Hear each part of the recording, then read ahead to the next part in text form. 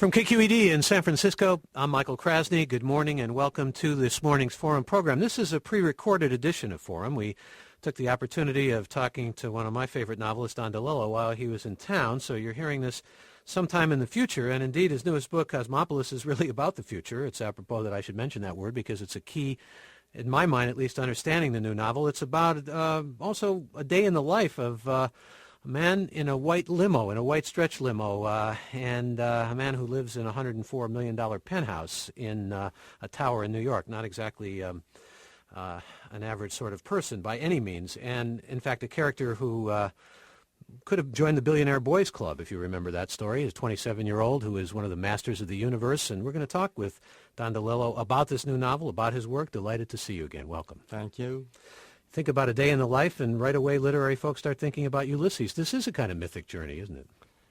To a certain degree it is. I made a point of trying to avoid parallels to Ulysses, but I knew almost in the first instant of the conception of this idea that this story would be set in one day. What happened was it occurred to me that what I wanted to write about was a man traveling across town in Manhattan.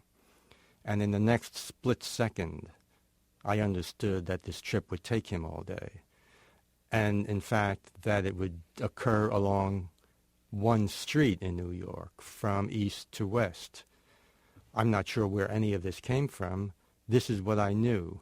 But over time, I realized that this would be a young man, that he would be a billionaire asset manager and currency trader named Eric Packer, that he would not be a typical Wall Street whiz kid, that he would read serious poetry, collect serious art, speak several languages, own a decommissioned nuclear bomber, and other matters. And also I knew that he would be traveling in a white stretch limousine, which is now a fairly standard sight in New York, in Manhattan, everywhere in Midtown.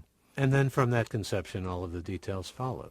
Details, ideas, themes, the idea of a kind of confluence of technology and money, cyber capital, which seemed to be dominant in a very recent period in our history, essentially the 1990s. I didn't know this when I started the novel. You didn't know there was a boom on? The boom was ending. I did know there was a boom on. I didn't know it was ending precisely when it did end, which coincidentally was when I was starting the book.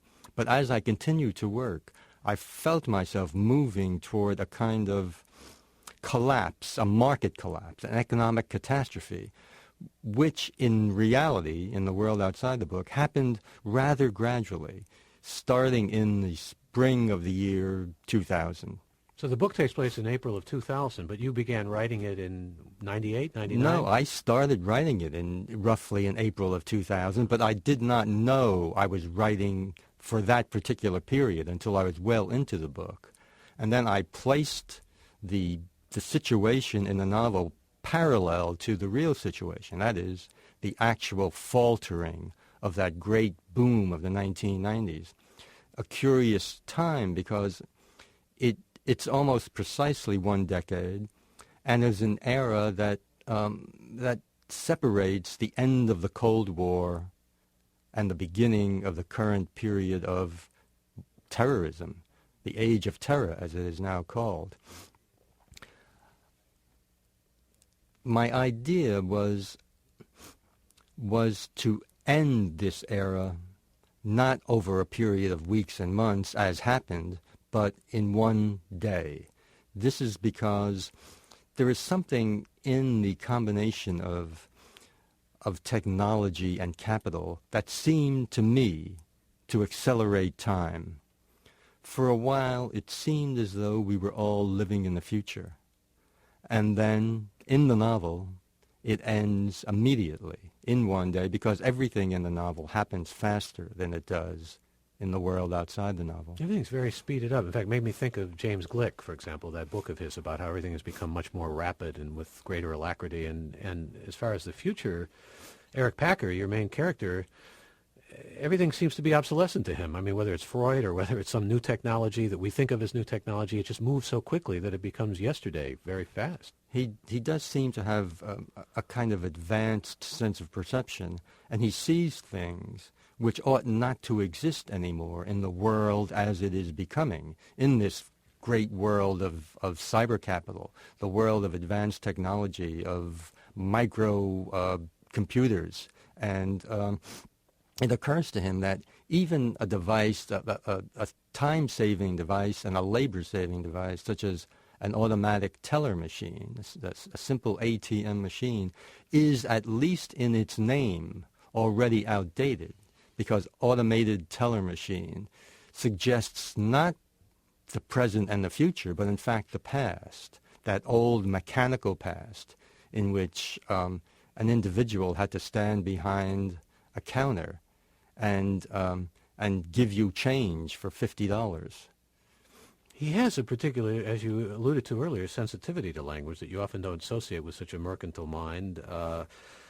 There are a number of occasions, for example, honey locusts, come in his memory like that, and it's almost an obsessiveness about language, which reminds me somewhat of the author, of course, inescapably. But there's also that sense like a stethoscope is a tool of antiquity to Eric, or a skyscraper is anachronistic.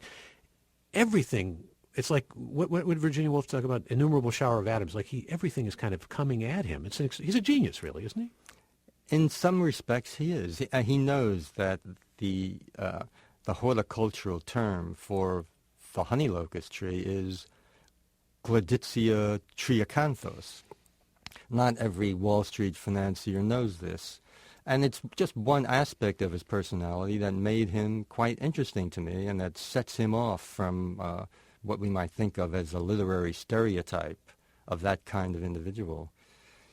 Everything to him is in the future. Everything is happening in the future, to the extent that he even sees things on the surveillance camera screen in his limousine that haven't quite happened yet.